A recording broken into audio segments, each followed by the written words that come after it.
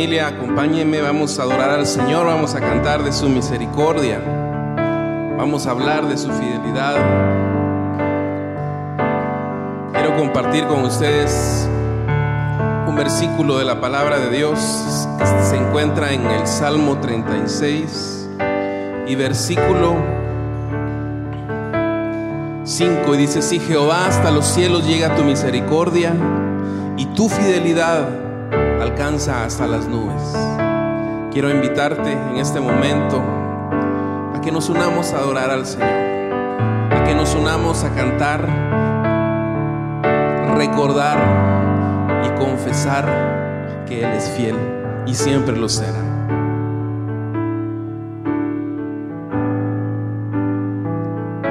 Porque tú eres bueno, porque para siempre tu misericordia es. Cada mañana al despertar sé que en ti puedo confiar. Me sostienes por tu gran fidelidad. Porque tú eres bueno, porque tu justicia eterna es, y en ella yo me deleitaré, en tu verdad caminaré, por tus sendas de justicia guíame. Gracias, Señor, por ser tan fiel, por mostrarte fiel, porque tú eres bueno, porque tú eres bueno, porque para siempre tu misericordia es. Cada mañana al despertar sé que en ti puedo confiar. Me sostienes por tu gran fidelidad. Porque tú eres bueno, porque tu justicia eterna es, y en ella yo me deleitaré, en tu verdad caminaré, por tus sendas de justicia guíame. Cada mañana al despertar sé que en ti puedo confiar. Me sostienes por tu gran fidelidad.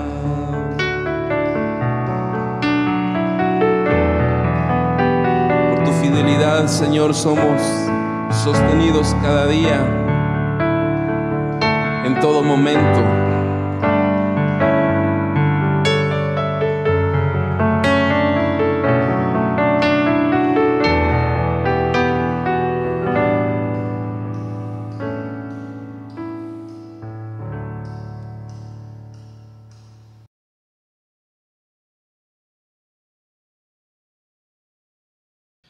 ¿Dónde estaba Dios en Auschwitz?, pregunta Elie Wiesel. Y él mismo responde: muriendo con las víctimas. Elie Wiesel fue un sobreviviente de los campos de concentración nazi. Es un rumano, literato, que fue condecorado como Premio Nobel de la Paz en 1986. Y en su trilogía denominada de la noche, él relata el drama humano que los judíos y otras personas vivieron en los campos de concentración nazis, en donde Dios supuestamente es impotente, y por eso Elie Wiesel dice: murió con las víctimas. Hemos estado reflexionando sobre una base bíblica con esta serie de sermones que le hemos denominado Dios, ¿te importamos?, cuya base está en Marcos, el capítulo 4, versículos 35 hasta el capítulo 6 y versículo 6. E inicia el relato con una pregunta que le hacen los discípulos al Señor Jesús: Maestro, ¿no te importamos que perezcamos? Y la respuesta se hace evidente, no de forma explícita de parte del Señor Jesús, sino en forma de hechos contundentes, porque el Señor Jesús actúa frente a las necesidades que tienen los seres humanos. En los dos sermones anteriores vimos 4 de los 5 relatos que nos propusimos examinar en estos 3 sermones. El Señor Jesús termina obrando precisamente en su ciudad de crianza, que es Nazaret. Dice la Escritura, predicando la palabra del Señor, anunciando la profecía que acerca de él se había hecho por parte del profeta Isaías, y en donde él les dice: hoy se ha cumplido eso frente a ustedes. El Señor Jesús sana, el Señor Jesús exorciza, el Señor Jesús satisface todo tipo de necesidades en Nazaret, pero tiene que salir de su ciudad porque sus paisanos, su familia, lo echan. Pero déjeme decirle que aunque seguramente, si Dios permite la continuidad de la historia humana, a unos 50 años, a unos 100 años de este acontecimiento, de esta pandemia del coronavirus, algunas personas harán la misma pregunta y darán la misma respuesta que Elie Wiesel. ¿Dónde estaba Dios frente al coronavirus? Y responderán seguramente muriendo también con los infectados. Pero a pesar de que a Elie Wiesel y a los seres humanos les parezca que a Dios no le importamos, la Biblia enseña que le importamos más allá de lo que pensamos o de lo que creemos. El único obstáculo para que Él obre es la calidad de nuestro atrevimiento. El día de hoy enfatizaremos acerca de un acto de atrevimiento inusitado, sin precedentes, que podemos nosotros encontrar en las Escrituras. Es el acto más osado que ha habido para robarle, si se pudiera utilizar esa expresión, permítame utilizarla de esa manera, para robarle, para arrebatarle un milagro para Dios. Me refiero a la mujer con flujo de sangre. Nos movimos sobre 4 puntos. Hemos diseñamos esta estructura de estos 3 sermones, en donde vimos, número 1, las circunstancias por las que han pasado las personas necesitadas del obrar de Dios ante la pregunta: ¿Dios te importamos? Número 2, también vimos las opiniones de los seres humanos, porque las personas tienen sus opiniones acerca de lo que les está sucediendo frente a la pregunta: ¿Dios te importamos? Y número 3, frente al obrar de Dios también hay extrañeza de parte de los seres humanos y se siguen preguntando: ¿Dios te importamos? Y el 4 punto es la respuesta que de Dios tenemos, una respuesta contundente a través de hechos, porque el pasaje no nos refiere a alguna respuesta concreta, alguna respuesta explícita. Sí es concreta, si son concretas las respuestas del Señor Jesús a través de acciones, pero definitivamente que de Dios recibimos un: hombre, sí me importas. Pero también recibimos de parte de Él una pregunta: ¿cuánta fe tienes? Entonces, hablemos acerca de el punto número 1. Dios te importamos, estas son nuestras circunstancias. Hemos estado refiriendo ese periplo, ese viaje que el Señor Jesús hace con sus discípulos, moviéndose de la orilla occidental del mar de Galilea hacia el otro extremo, el extremo oriente del mar de Genesaret o mar de Galilea. Parten seguramente de Cafarnaúm, y luego en el trayecto y en la travesía, en el mar de Galilea sucede una tormenta, y los discípulos están frente a los embates de la naturaleza. Nomás llegan y tocan puerto, se ven con un fenómeno pues maquiavélico, un fenómeno en donde un hombre está sujeto, está sumiso a los poderes del mal. Es el caso del endemoniado de Gergesa.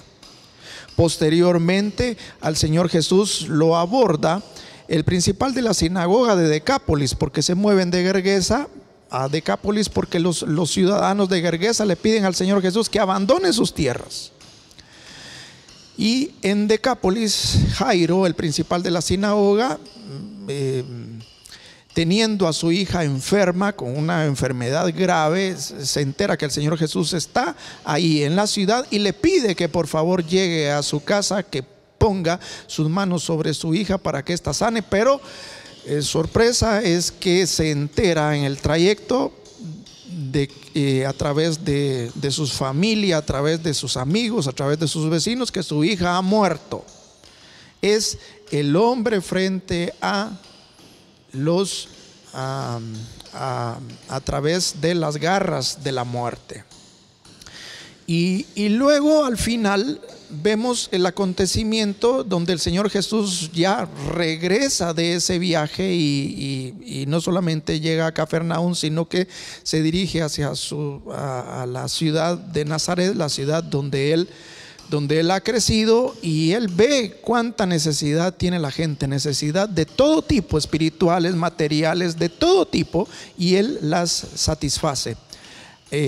Pero sus conciudadanos se escandalizan y él se queda sorprendido de la incredulidad de ellos.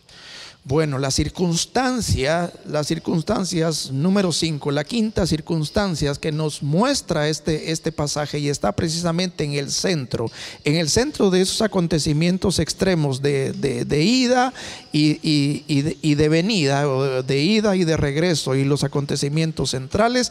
Tenemos el acontecimiento de una mujer que está frente a las circunstancias de la enfermedad, que está frente a las circunstancias de los límites de la ciencia. Una mujer perfectamente desconocida que los evangelistas únicamente describen como una mujer que tenía una extraña enfermedad, una enfermedad difícil de curar, o imposible más bien de curar. Una mujer que no nos da referencia si acaso ella era viuda, era casada, era repudiada. Es lo más probable, pero no nos da ninguna referencia. Lo único que nos dice la Escritura es que esta mujer llevaba 12 años con flujo de sangre. La enfermedad hoy día es conocida como menorragia. Es una especie de menstruación, pero imagínense ustedes una menstruación de 12 años.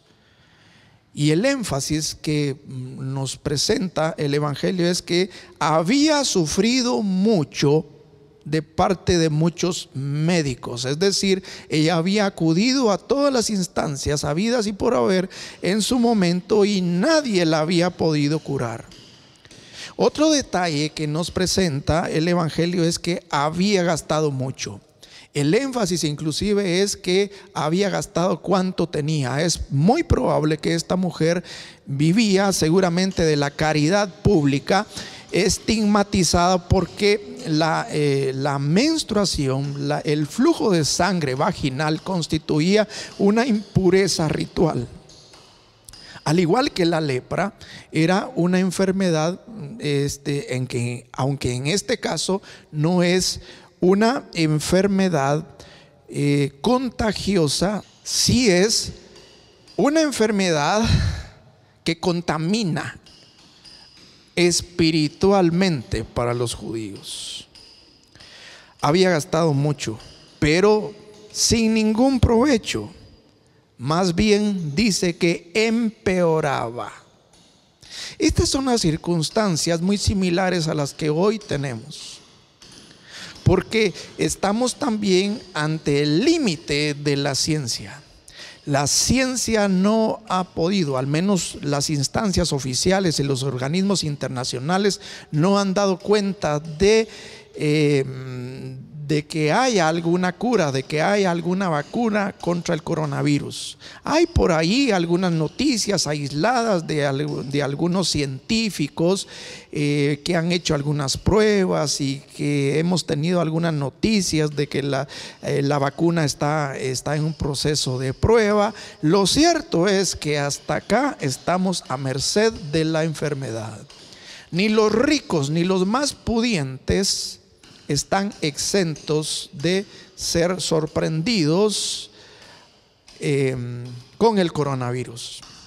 Ayer precisamente fue una noticia internacional que el presidente del país más poderoso económicamente hablando de Latinoamérica, de Brasil, el presidente Bolsonaro, adquirió el COVID-19. Es decir, ni el poder, ni el dinero, como el caso de esta mujer, ni la ciencia han podido resolver este problema de esta pandemia que nos tiene de rodillas. Esas son las circunstancias muy parecidas que tenía esta mujer, y con el agravante de que las cosas van de mal en peor, al menos en nuestro país. Esas son las circunstancias. Sigue habiendo cada vez más casos de coronavirus, hay más casos de infectados. Todavía no llegamos a lo que los médicos y los políticos han denominado la cresta de la curva, y no sabemos cuándo llegaremos a ese pico de esa curva de contaminación. Pero en el punto número 2 vimos que los seres humanos tienen sus opiniones, tienen su análisis según ellos de por qué Dios en todo caso no actúa, o por qué Dios actúa de manera equivocada, o por qué Dios actúa pues no conforme a sus presupuestos, no conforme a sus paradigmas, no conforme a sus ideas. En el punto número 2, los seres humanos preguntan: Dios, ¿te importamos? Pero estas son nuestras opiniones. La opinión, por ejemplo, de los discípulos durante la tormenta al ver al Señor Jesús dormido es despertarle y decirle: Maestro, ¿no te importa que perezcamos? Las opiniones, por ejemplo, del endemoniado de Gergesa es frente al Señor Jesús preguntarle: ¿qué tienes que ver tú conmigo? La opinión de los vecinos y de los familiares de Jairo es: a ver, ya no molestes más al maestro, porque ya no hay más por hacer. Es más, tu hija ya murió, ya es caso concluido. Ya no molestes más al maestro, que seguramente él tiene cosas más importantes por hacer. La opinión de los vecinos y de los familiares del Señor Jesús en Nazaret es que el Señor Jesús no está actuando con decoro, no está actuando conforme a los presupuestos de ellos. Es más, pareciera ser que el Señor Jesús está actuando con locura, está actuando con demencia, está actuando porque está poseído por demonio, y le invitan a salir, que vaya a hacerse esos milagros, que vaya a hacer, entre comillas, sus ridiculeces a otro lado. Se escandalizaban de él, dice la Escritura. Les fue por tropiezo las actuaciones de Dios Hijo, de Dios encarnado en Nazaret. Pero el Señor Jesús atestigua que se quedó él más bien sorprendido de la incredulidad de ellos. Pero no es el caso de la mujer con flujo de sangre, porque aquí también se externan opiniones. El Señor Jesús sabe que alguien le ha tocado, porque un poder ha salido de él. Eso es lo que dice el Señor Jesús. ¿Quién me ha tocado?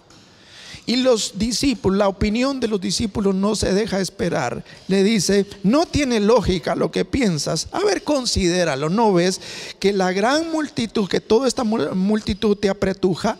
Todo mundo te toca y tú preguntas: ¿quién me ha tocado? Pero el Señor Jesús sí sabía que alguien lo había tocado, lo había tocado con un propósito, lo había tocado tratando de tomar de él su poder para poder resolver, en este caso, la enfermedad, para poder resolver un problema que ni la ciencia ha podido resolver. Esa mujer que es una perfecta anónima, esa mujer que está excluida de la sociedad, porque la tradición indica que una mujer no podía ni siquiera acercarse a un rabino, porque no se sabía en qué momento esta mujer estaba menstruando, y eso era una consideración de estar inmunda, de estar contaminada espiritualmente. Y nadie seguramente quería contaminarse con esta mujer, pero esta mujer tiene un atrevimiento social, inclusive se rebela contra la sociedad, porque ¿qué le queda? Ya no hay más por hacer. Ella no tiene en lo absoluto que perder, porque ya lo había perdido todo. Pero ella se entera de que el Señor Jesús había hecho ese milagro de la exorcización en Gergesa, y su fama había corrido, y ella se entera. Y entonces la mujer tiene otra opinión, porque dice la escritura en Marcos capítulo 5 y versículo 27 que al oír de Jesús llegó por atrás y tocó su manto. Este es el atrevimiento que yo mencionaba al principio, que Dios está dispuesto a obrar a nuestro favor en la medida de la calidad de nuestro atrevimiento. La diferencia que nosotros vemos frente a los 4 acontecimientos anteriores, a los acontecimientos a los que nos hemos referido en los sermones anteriores, es que las personas tienen opiniones muy contrarias a la opinión de Dios. Los discípulos tenían una opinión contraria a las actuaciones de Dios. No te importa porque estás ahí dormido, pero Dios tiene un propósito. Jesús tiene un propósito, y el propósito es demostrar que Él tiene el poder sobre la naturaleza. Los vecinos, los paisanos de este endemoniado de Gergesa tienen también su propia opinión. Y le piden al Señor Jesús que se vaya, porque no les parece que lo que Él está haciendo es algo raro. Pero el Señor Jesús demuestra que Él tiene poder sobre las fuerzas del mal. La opinión de los vecinos y familiares de Jairo es que el Señor Jesús ya llegó tarde, ya no hay nada por hacer. Pero el Señor Jesús demuestra que Él tiene poder sobre la muerte. En Nazaret, sus vecinos, sus paisanos, sus familiares piensan que Él está actuando como un loco, está actuando porque tiene posesión demoníaca, pero Él demuestra que la profecía de Isaías se ha cumplido. Él es el enviado de Dios para satisfacer todo tipo de enfermedad. En este caso, los discípulos del Señor Jesús también tienen su opinión. El Señor Jesús sabe con certeza de que alguien ha tomado de Él un poder, de que alguien se ha acercado en fe. No le ha dicho, no le ha solicitado, como fue la solicitud de los discípulos, una solicitud expresa. No es que el Señor Jesús haya tomado la iniciativa, como en el caso para el endemoniado de Gergesa. No es la actuación del Señor Jesús frente a la solicitud de un papá que tiene a su hija moribunda. No es de nuevo la iniciativa que el Señor Jesús toma frente a las necesidades de las personas. No, esta mujer se acerca a Él sin decirle, sin solicitarle expresamente un milagro. Simplemente dice: si tan solo yo logro tocarlo, seguramente que yo voy a sanar. Por eso la mujer tiene otra opinión. Hablamos la semana pasada que necesitamos nosotros reconfigurar nuestras opiniones y no dejarnos influenciar por las opiniones de los demás. Dios va a actuar. Que las autoridades tienen su responsabilidad, por supuesto que las tienen, y Dios les demandará acerca de sus actuaciones. Pero nosotros debemos de adoptar una posición como la de la mujer, que sin más, quizás ya nos cansamos de suplicar, ya nos cansamos de orar, quizás ya nos cansamos de ver la mano de Dios. Han pasado 4 meses, vamos sobre el 5.º mes, al menos es la experiencia en Guatemala, en donde ya queremos ver la luz al final del túnel y no se ve. ¿Qué tal si nosotros adoptamos la misma posición de la mujer y ya no decimos absolutamente nada, y tan solo nos disponemos a tocar el borde de su manto, como dice la canción, y esperar de Él el oportuno socorro? Porque si bien los seres humanos piensan que a Dios no le importamos, como es el caso de Wiesel, Dios no muere con las víctimas. Dios auxilia a las víctimas. Dios tiene piedad de las víctimas, aun y cuando no se lo soliciten, Él toma la iniciativa.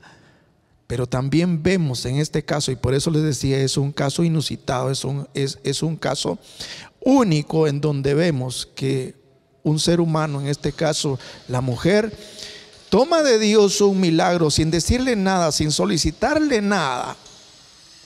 Solamente lo toca con fe, porque ya no tiene más que perder. Número 3. Ante la pregunta que hacen los seres humanos, ¿Dios te importamos?, los seres humanos expresan: qué raras son tus obras. Después de que el Señor Jesús calma la tempestad, le ordena al mar y le dice al viento y que enmudezcan, que se calmen, vuelve la bonanza, y los discípulos que lo despiertan como Dios, que lo despiertan como el Todopoderoso, al ver los milagros de Dios, se extrañan y dicen: ¿quién es este? Es decir, no lo reconocen. Porque cuando vivimos en prosperidad, cuando vivimos en bonanza, cuando vivimos viento en popa, como se dice, cuando vivimos bajo circunstancias donde no tenemos dificultades, nos cuesta reconocer a Dios. No vemos a Dios, lo vemos nada más en las circunstancias negativas. En Gergesa, los ciudadanos no glorificaron a Dios por el hecho de que les había resuelto un problema de un conciudadano, un problema que ellos no podían resolver, porque trataban la manera de atarlo con cadenas y no podían resolverlo. Pero el Señor Jesús toma la iniciativa y exorciza a este endemoniado. Pero no ven la mano de Dios actuar, ven sus condiciones, ven sus intereses económicos, ven sus negocios quebrados, porque aquellos cerdos se despeñan, era su patrimonio, era su negocio. Y entonces ya no quieren saber más de Dios, porque piensan que Dios les está haciendo daño al perjudicar su economía, al perjudicar sus medios de producción, al perjudicar sus negocios, sus intereses económicos, y le invitan al Señor Jesús a que se largue de su ciudad. La rareza del actuar de Dios también se hace evidente soltándose en carcajadas cuando el Señor Jesús le dice a Jairo, después de que Jairo escucha la noticia de que su hija ha muerto, le dice: Jairo, no te preocupes, tu hija duerme. Se soltan en carcajadas porque dice: pues está loco, ya el médico de cabecera ya dio el dictamen de que tu hija está muerta.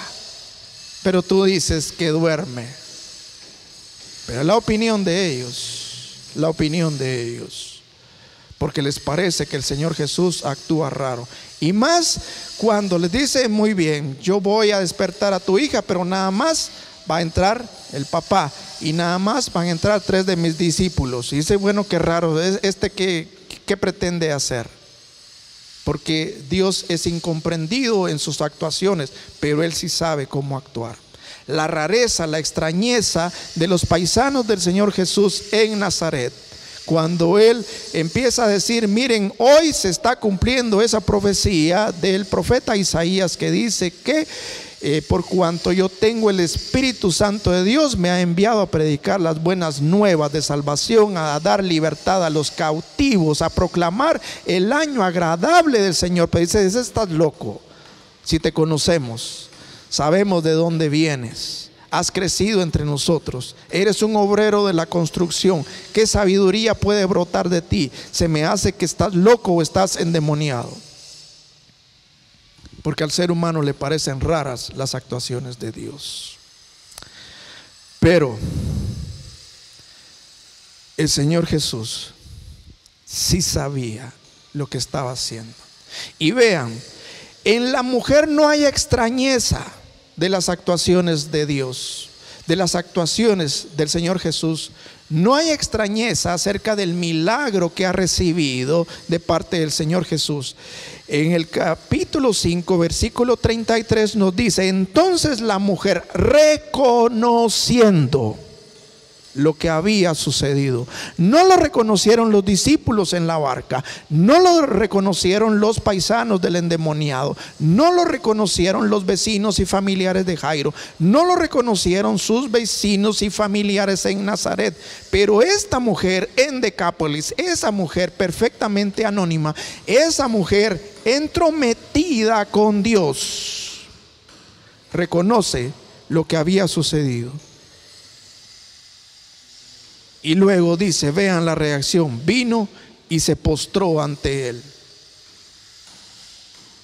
Y el Señor Jesús en el siguiente versículo le dice, vete en paz y queda sana de tu azote. Este es un azote que es duro ciertamente de llevar. Usted no me dejará mentir. A veces flaquea nuestra fe. A veces quisiéramos que ya terminara esta situación. Es un azote que tiene implicaciones económicas, que tiene implicaciones, por supuesto, de salud, que tiene implicaciones psicológicas, que tiene implicaciones de todo tipo. Es una gran prueba por la que estamos pasando, pero necesitamos ser como esa mujer entrometida con Dios, atrevernos a acercarnos a Dios con confianza y con fe, pero también reconocer que Dios está actuando. La mujer dice, reconociendo lo que había sucedido, vino y se postró ante él. Y ante la extrañeza de los discípulos del Señor Jesús, le dijo, no hombre, estás loco si todo el mundo te toca. Pero el Señor Jesús sabía que había salido del poder. Esta mujer se arriesgó porque había tocado a un maestro. Ella podría ser luego apedreada y ser juzgada porque había contaminado a un maestro, porque había violado las restricciones sanitarias, ceremoniales, las restricciones que le habían sido impuestas para acercarse a la misma sociedad, pero ya no tenía nada que perder. Nosotros no tenemos ante este punto, a estas alturas de estas circunstancias, no tenemos absolutamente nada que perder acercándonos a Dios. Y seguramente que tendremos la misma respuesta de Dios, porque a Dios también le podemos, permítame de nuevo utilizar la palabra, aunque suena feo, robarle un milagro. O a ver, dispongámonos a decir, porque podemos de Dios tomarle, apropiarnos de un milagro. Finalmente, en el punto número 4, Jesús contundentemente responde a la pregunta inicial que le hacen los discípulos en la barca. Dios, te importamos, Maestro, te importamos. Y Dios dice contundentemente: hombre, sí me importas. Sí le importó la condición de los discípulos y por eso obra. Sí le importó esa incapacidad del endemoniado, que lo tenían poseído, una legión, es decir, 1000 demonios. Sí le importó. Sí le importó la muerte de la hija de Jairo, y por eso va a despertarle. Por eso va y le resucita. Sí le importó todas las necesidades que los nazarenos, paisanos suyos, tienen, y por eso actuó. Y de igual manera sí le importó la necesidad de esta mujer, porque de él salió poder, porque una mujer se tuvo el atrevimiento de tomar de Dios un milagro. Entonces la respuesta es contundente: hombre, sí nos importas. Pero la pregunta que el Señor Jesús hace, sí es una pregunta expresa, se los hace a los discípulos y les dice, después de que el Señor actúa, le dice: a ver, ¿por qué estáis todavía amedrentados? Al endemoniado le anima a cultivar su fe, testificando de la misericordia de Dios y cuántas cosas Dios obró en su vida.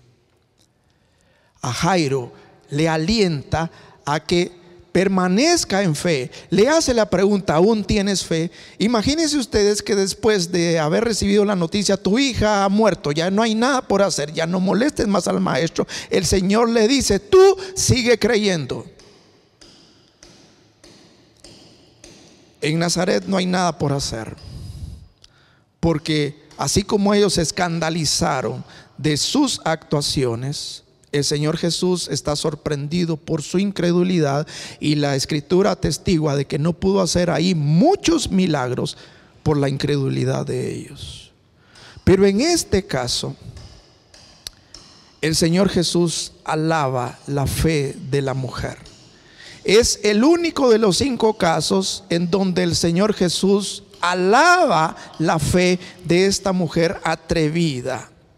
Y dice en Marcos capítulo 5 versículo 34, el Señor Jesús, después de haber sido sanada, después de que el Señor Jesús indaga: ¿quién fue la que me tocó? La mujer, después de haber reconocido lo que había sucedido en ella, porque el flujo de sangre cesó, ella sabía que estaba sana, ella se acerca, se postra ante el Señor Jesús, y el Señor Jesús le dice: tu fe te ha salvado.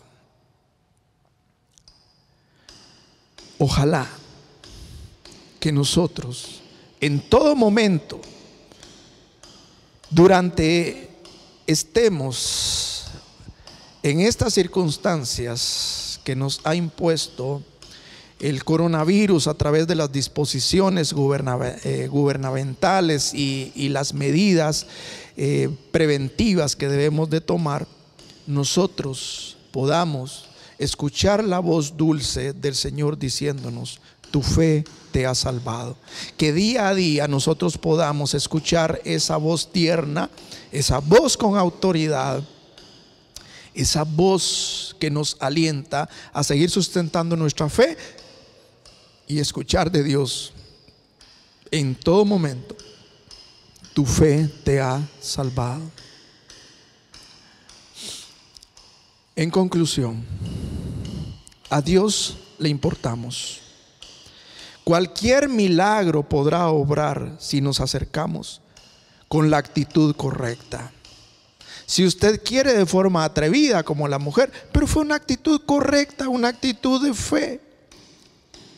Si tenemos el mismo atrevimiento de la mujer menorrágica, entonces podremos reconocer lo que Dios hará y escucharemos su dulce voz decir: queda libre de tu azote, tu fe te ha salvado.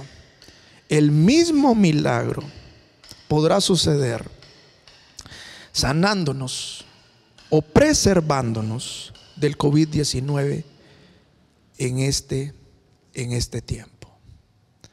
acompáñeme a orar. Acompáñeme a orar para que Dios robustezca nuestra fe, para que tengamos la misma actitud de la mujer, para que nos atrevamos a tomar de Dios nuestro milagro. Su familia, usted y yo, nuestra nación, el mundo entero necesita un milagro de Dios. Que si son teorías conspiracionales, que si esto fue fabricado artificialmente, si esto se le salió de control en los laboratorios, si esto es producto de los intereses internacionales, necesitamos que Dios obre. No tenemos nada que perder. Oremos. Nuestro Dios, tú conoces nuestras circunstancias, pero también conoces cuánta fe nosotros tenemos. Tenemos nuestras opiniones. Muchas veces, Señor, pecamos y pecamos contra ti. Perdónanos. Hablamos, Señor, por nuestra desesperación. Hablamos, Señor, por nuestra condición. Hablamos por nuestro temor. Hablamos, Señor, porque sentimos que no hay esperanza. Quizás, Señor, se nos ha pasado por ahí, aunque mínimo, quizás mucho, que nos has abandonado, que te has olvidado de nosotros. A veces hemos levantado, Señor, nuestra voz al cielo, decir: Dios, ¿cuándo vas a obrar? A veces te parece raro, Señor, lo que ya es cotidiano. Es un milagro día a día, amanecer, Señor, vivos y amanecer sanos. El amanecer con provisión en medio de las circunstancias difíciles. Hemos renegado, Señor, de nuestra economía, porque nuestros negocios probablemente estén quebrados, estén mermados. A ti te importamos. Eso es lo que vemos, Señor, en estos 3 sermones, en estos 3 mensajes. Señor, no queremos ser orgullosos. Queremos dejar a un lado nuestro orgullo. Queremos dejar a un lado nuestra sabiduría, nuestro conocimiento. Declaramos, Señor, nos declaramos incompetentes ante tu omnisciencia, ante el conocimiento perfecto tuyo. Queremos declarar, Señor, que tú tienes el control de todo. Queremos confesar que tú tienes el control de todo, no nosotros. Señor, estas circunstancias nos han orillado al punto de ya no tener más recursos. Nos atrevemos a ya no a decir nada, pero sí teniendo el entendimiento que estás ahí, a la par nuestra, al alcance nuestro. Nos disponemos, Señor, a romper, Señor, todo obstáculo que nos impongan, Señor, la sociedad, nuestras creencias, nuestros presupuestos, las opiniones de los demás, y queremos acercarnos a ti y tocarte y tomar de ti este milagro para nosotros, para los nuestros, para nuestra comunidad, para nuestro país, para las naciones del mundo entero. Señor, estamos aprendiendo una lección que quizás nunca la habíamos tenido, al menos bajo estas circunstancias. Te damos las gracias, Dios Todopoderoso, porque viajas en nuestra barca, porque nos visitas, Señor, ante las adversidades de los poderes, Señor, del mal, ante las adversidades, Señor, de los poderes de las tinieblas. Porque estás dispuesto, Señor, a visitarnos y a levantarnos, Señor, de la muerte, de las garras de la muerte, a liberarnos de la muerte. porque tú conoces todas, absolutamente todas nuestras necesidades en este tiempo, no solamente las necesidades físicas, las necesidades de salud, porque tú, Señor, sabes nuestro nombre. No somos desconocidos como la mujer, aunque ni los evangelios, Señor, nos dan referencia del nombre de la mujer. Tú sí lo conocías, aunque todos desconocían las actuaciones de la mujer, aunque todos, Señor, podían criticar a esta mujer, la habían excluido, la habían desahuciado. Esta mujer, Señor, confió ciega y plenamente en ti, porque no tenía nada más que perder. Lo había perdido todo. Había perdido su economía, había perdido su reputación, había perdido su salud, pero acudía a aquel que podía resolverle sus problemas. Señor, permítenos tomar de ti nuestro milagro. Ten de nosotros misericordia. Sana nuestra nación, sana nuestras comunidades, sana a nuestros hermanos y amigos y vecinos, Señor, que están en los quirófanos, en los intensivos, en los cuidados intermedios, que están, Señor, bajo observación, con sospecha. En el nombre de Jesús actúa, Dios, porque te importamos, de tal manera que la sangre de tu Hijo fue suficiente, Señor, no solamente para llevar nuestros pecados, sino también nuestras enfermedades. Y queremos hoy pedirte en el nombre de tu Hijo, de tu amado Hijo, ese mismo Señor que obró en el mar de Galilea, que obró frente al endemoniado, que obró resucitando a la hija de Jairo, que obró en Nazaret y que obró en favor de esta mujer. En el nombre de nuestro Señor y Salvador Jesucristo, te lo rogamos. Amén.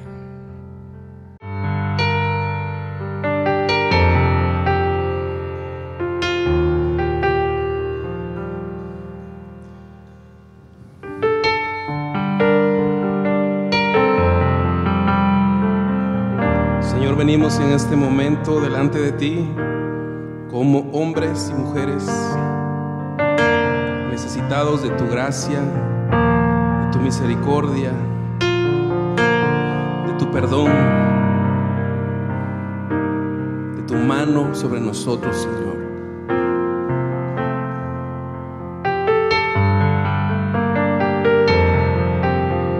Queremos adorarte y cantar de tu nombre, llegar a ti. Si tan solo tocar el borde de su manto, si tan solo pudiera ver su rostro,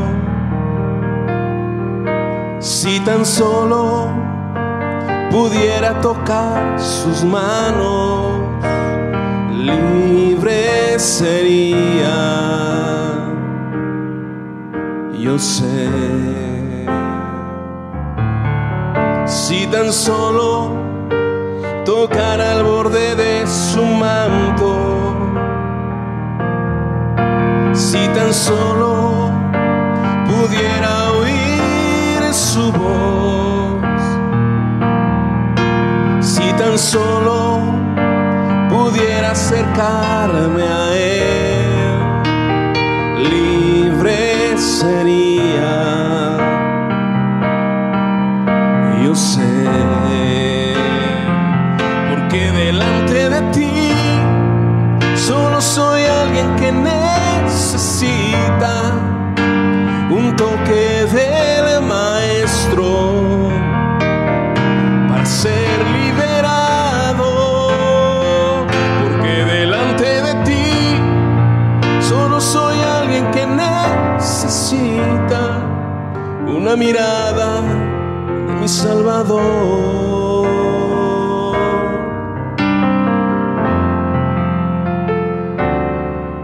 Si tan solo tocara al borde de su manto, si tan solo pudiera ver su rostro, si tan solo pudiera tocar sus manos, libre sería. Yo sé, si tan solo tocar el borde de su manto, si tan solo pudiera oír su voz, si tan solo pudiera acercarme a Él, libre sería. Yo sé,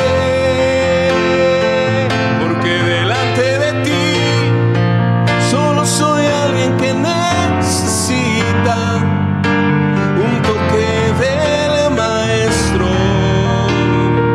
para ser liberado, porque delante de ti solo soy alguien que necesita una mirada de mi Salvador.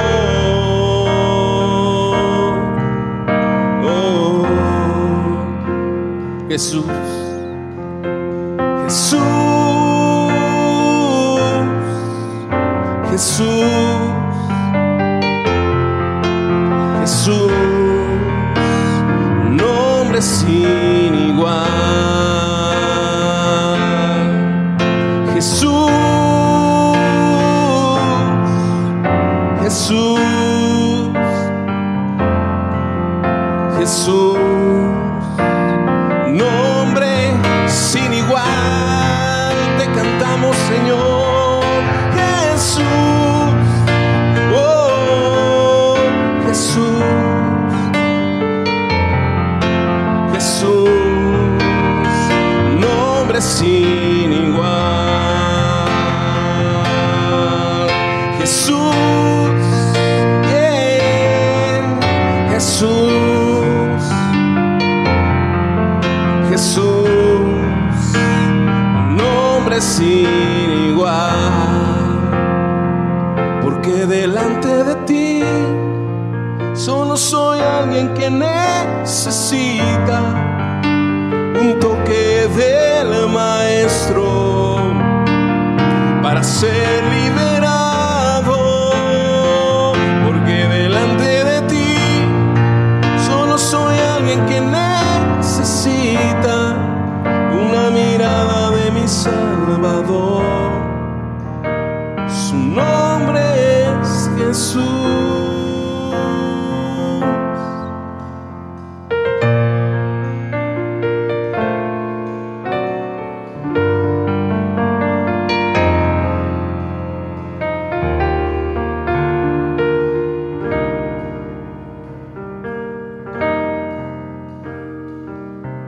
Tú eres Jesús, nuestro Señor.